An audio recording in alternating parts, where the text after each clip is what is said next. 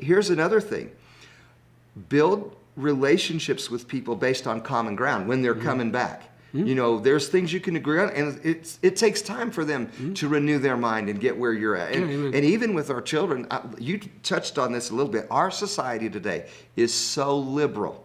Even a lot of people raised in the church think a lot differently about a lot of things than we do. So listen, I don't go lambast my children if they look at something different than I do, like a social issue. It's just like I look for common ground, and I look where I can praise them. And I have a son and married to a very strong Christian girl. She's a fantastic wife for my son. And yet, you know, because her siblings have made very poor choices and she loves them, there's certain subjects right here in Romans chapter 1 that I will not address around her. Sure. Because I know if I share that or say anything about it, she automatically thinks that I'm talking negatively about her family, and I'm not. It's just a scriptural principle, and I'm looking at it from a scriptural principle.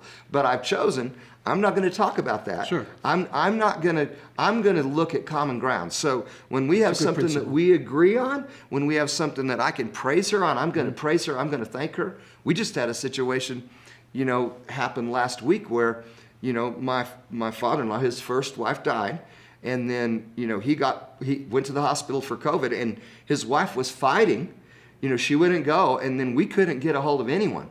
And so, you know, we were really concerned, and he's telling us, and he's sounding rough from the hospital, but it's a social worker that got a hold of us because he left his phone at home when he, you know, I don't know how they got our number, but thank God they got a hold of us.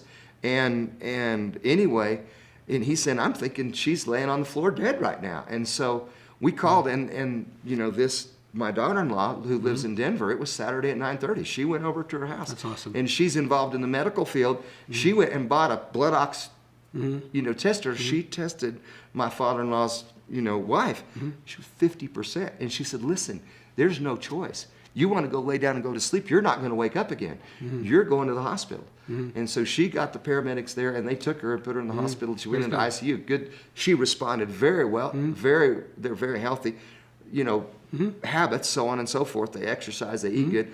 She responded very well, so she got out of ICU in 2 days, and they're talking about her going home in the next 2 days. But, you know, I haven't alienated. Right. You know, don't alienate them over things that don't matter. I think it's an important principle. And, you know, especially if they're in the prodigal state, you want to kind of stay on things that are in common. I think it's really good advice a pastor's giving. And you can still celebrate their birthdays and still, you know, celebrate them as your children. But when it comes to them trying to take from you, that's where having some friends would be really, really helpful. Right. I really do believe, we talk about this in the Parent Prodigal book, having good boundaries is the safety for you and your marriage. Because what happens in the marriage chapter is sometimes one person's kind of really soft, right, and one person's like, no, right, you're not going to help at all. They've got to learn the hard way, okay? And the other person's like, well, you know, it's okay if I give them $5,000.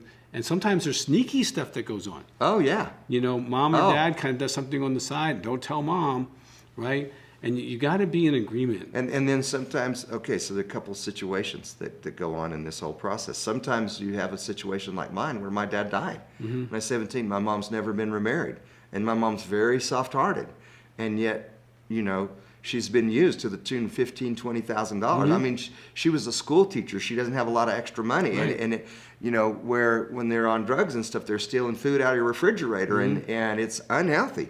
And you have to set boundaries. So you have that. You also have the issue where somebody's divorced and remarried. And so you, as the natural parent, tend to have more, you know, grace in the situation. But you should probably listen to that person you're married to and make some decisions, because this, you know, depending on how long they've been in it and where they're at in the process, you need to listen, you know, and make some decisions together. And that's where if they have a parent prodigal process group, right? Okay, if you got 5 or 6 couples, and I can tell you in every church, you've got 30-40% of couples that could use a group. That's where you bring it to the group and say, you know, my son wants me to buy him a $2,000 stereo. Yeah. Right? Or my daughter wants me to give her money to help her out with a fine that she supposedly got, but I haven't seen the paper, Yeah. right? And I've been conned by her before. What do you think I should do? And let that group of intelligent people who aren't raising your kid, Right. but can say, from a principal perspective, I think that's a really good idea or a bad idea. Or if you do it, maybe here's a few ways you can do it. Or I'll tell you what, I will give them the $500, Right. and they will have to pay me back. Right. Or Right? Or we'll go pay down that, and do a loan. not just give them the money, you go pay the bill.